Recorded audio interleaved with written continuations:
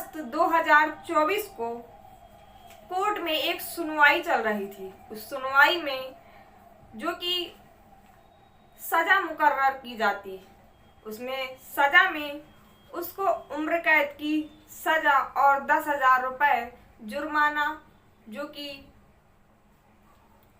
जज की तरफ से ये फैसला आता। इस फैसले को सुनकर लोग बेहद परेशान।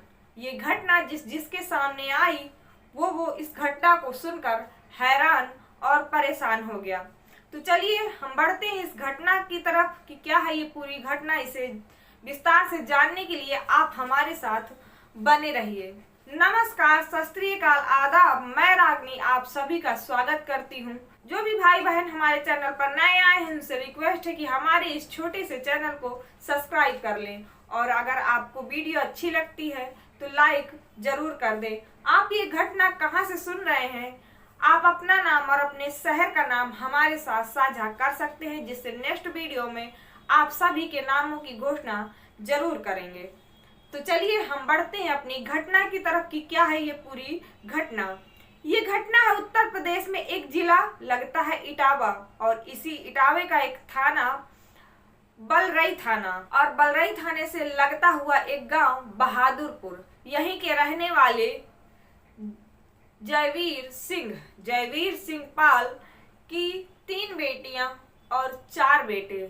जो बड़ी बेटी उसका नाम अंजलि और उसकी उम्र 19 साल, जो छोटी बेटी उसका नाम शिल्पी और उम्र 7 साल, और सबसे छोटी बेटी जिसका नाम रोशनी उसकी उम्र 5 साल, और जो बेटा एक 17 साल का, उससे छोटा 15 साल का, उससे छोटा 13 साल का, और सबसे छोटा जो कि 9 साल का। 8 अक्टूबर 2023 को जयवीर सिंह की पत्नी खेतों में काम कर रही थी। उसके साथ उसकी बड़ी बेटी भी थी अंजलि। दोनों लोग काम कर रही थी, और जब खेतों का काम खत्म होता, जब वो घर की तरफ जाती तो घर का दरवाजा जब खोलते तो अंदर देखते तो खून पड़ा।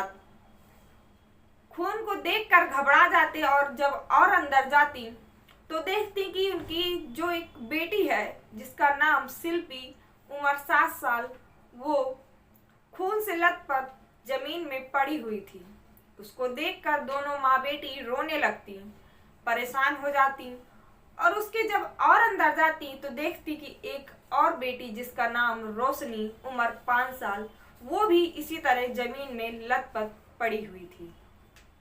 ये नज़ारा देखकर माँ बेटी बहुत ही हैरान हो जाती, जोर जोर से रोने पीटने लगती, जिससे आस पड़ोस के लोग आ जाते, वहां जमाकड़ा लग जाता, और पिता को भी खबर दी जाती, क्योंकि वो अभी घर वापस आए नहीं थे, उनको कुछ पता नहीं था, इसलिए उनके पिता को खबर दी जाती। वो दौड़ते रोते आते, और जब घर का नज़ारा देखते तो वो भी परेशान हो जाते। वहीं के कुछ लोगों ने नजदीकी पुलिस थाने फोन किया। वहां से संजय कुमार वर्मा अपनी टीम के साथ वहां आते, और वहां आकर जब वो देखते कि छोटी छोटी 2 बेटियों का कत्ल, ये देखकर वो भी परेशान हो जाते कि आखिर इन बेटियों का कत्ल कौन कर सकता है। जब उनके पिता से पूछताछ करते कि क्या कोई लेन देन का मामला हो, जमीन जायदाद, पैसे रुपए, लड़ाई झगड़ा, लेकिन उनके पिता कहते कि नहीं, ना तो मेरा कोई लेन देन का मामला है, ना तो किसी से मेरी लड़ाई झगड़ा है। ये सुनकर वो भी, पुलिस वाले भी परेशान होते कि आखिर इन बेटियों को जो इतनी छोटी छोटी, इनको कौन मार सकता है। जब वो अंदर देखते इधर उधर तो उन्हें एक फावड़ा दिखता, जिस फावड़े में खून लगा हुआ था। उसे देखकर वो जान जाते कि इनका जो कत्ल किया गया है इसी फावड़े से किया गया है। और जब वो ऊपर छत में तलाशी करते तो उन्हें कपड़े टंगे हुए जो धूप में सूख रहे थे, उन पर खून के धब्बे थे। उन कपड़ों को उतारती और जांच के लिए भेज देती। जब जांच आती तो ये पता चलता कि जो कपड़ों में खून है और जो फावड़े में, वो एक ही तरह का खून है। जब वो पूछती कि ये कपड़े किसके हैं तो पता चलता कि वो कपड़े जो कि अंजलि के हैं। तो अंजलि से जब पूछती पुलिस तो अंजलि बताती कि मैं जब घर आई और दोनों बहनों को मैंने खून से लथपथ देखा तो मैंने उनके पास गई, तो पास जाने के बाद जो वो खून मेरे कपड़ों में लग गया और मैंने उन कपड़ों को धुलकर छत में सूखने के लिए टांग दिया। लेकिन पुलिस वाले जो उस बेटी की बात पर यकीन नहीं करते और उससे सख्ती से पेश आते। जब सख्ती से पेश आते तो वो एक कहानी बताना शुरू करती। वो बताती कि मेरे ही स्कूल में एक मेरा दोस्त है जिसका नाम राहुल है। हम दोनों की दोस्ती कब प्यार में बदल गई हमें खुद ही नहीं पता चला। धीरे धीरे ये ऐसे ही बात करते रहे। फिर एक दिन राहुल ने इसको अपना नंबर दिया जिससे वो अपनी माँ के फ़ोन से राहुल से बात करती थी। कभी कभी राहुल उसे बाहर मिलने बुलाता तो वो बाहर जाती, और जब माँ और घर में कोई नहीं होता तो वो राहुल को अपने घर बुला लेती।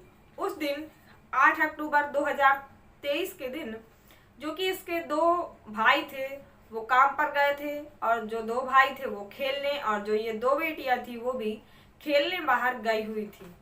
इसने दोपहर को जो कि राहुल को फोन किया, उसको अपने घर बुलाया, और जब राहुल घर आया तो ये दोनों बातचीत करने लगे और एक दूसरे के साथ संबंध बनाने लगे। ये जो 2 बेटियां थी वो खेल कर घर आती और जब ये घर में देखती कि हमारी बहन जो निर्वस्त्र होकर किसी के साथ, जो कि देखकर वो परेशान हो जाती और कहती कि हम जो ये तुम कर रही थी वो माँ बाप से बता देंगे। अंजलि परेशान हो जाती, उससे कहती, विनती करती कि नहीं मम्मी पापा से मत बताना, लेकिन वो कहती कि नहीं हम तो बताएंगे ही बताएंगे। दोपहर का समय था। अंजलि राहुल से कहती कि इनको मार दो, लेकिन राहुल कहता कि नहीं मुझसे ये नहीं होगा और वो वहां से निकल जाता। 2 बेटियां थी, वो दोपहर का समय था, सोने चली जाती। जब वो सो जाती अंजलि सोचती कि अगर माँ बाप आएंगे और इन्हों दोनों ने मेरी जो करतूत वो माँ बाप से बताई तो माँ बाप मुझे मारेंगे, डांटेंगे। तो इस डर से उसने क्या किया कि वहीं पर रखे फावड़े को उठाया और दोनों को बारी बारी इतने वार किए कि वो दोनों मर गईं। और उनके मरने के बाद इसने कपड़े अपने धुल कर टांगे और दूसरे कपड़े पहने और खेतों में पहुंच गई जहां माँ काम कर रही थी। वहां माँ के साथ काम करने लगी, उनका हाथ बटाया और उन्हीं के साथ घर वापस आई। ये पूरी घटना को इसने अंजलि ने इस तरीके से जो कि अंजाम दिया और उससे बचने के लिए ये सारा नाटक रचा, जिसे सुनकर पुलिस वाले भी हैरान थे कि जिस रिश्ते पर लोग विश्वास करते हैं, जिस रिश्ते पर लोग बहनें हैं, ऐसा कभी हो नहीं सकता ये लोग सोचते हैं। तो वो सोच आज लोगों की फीकी पड़ गई। तो इस घटना को हमने पूरे विस्तार से आपके समक्ष रखने की पूरी कोशिश की है। इस घटना पर आपकी क्या राय है आप हमें कमेंट सेक्शन में जरूर बताइएगा।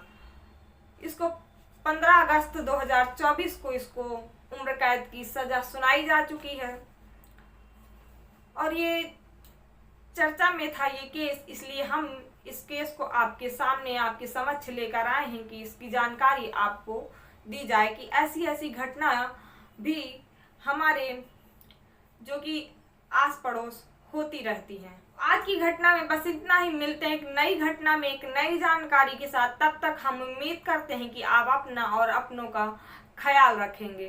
तब तक के लिए जय।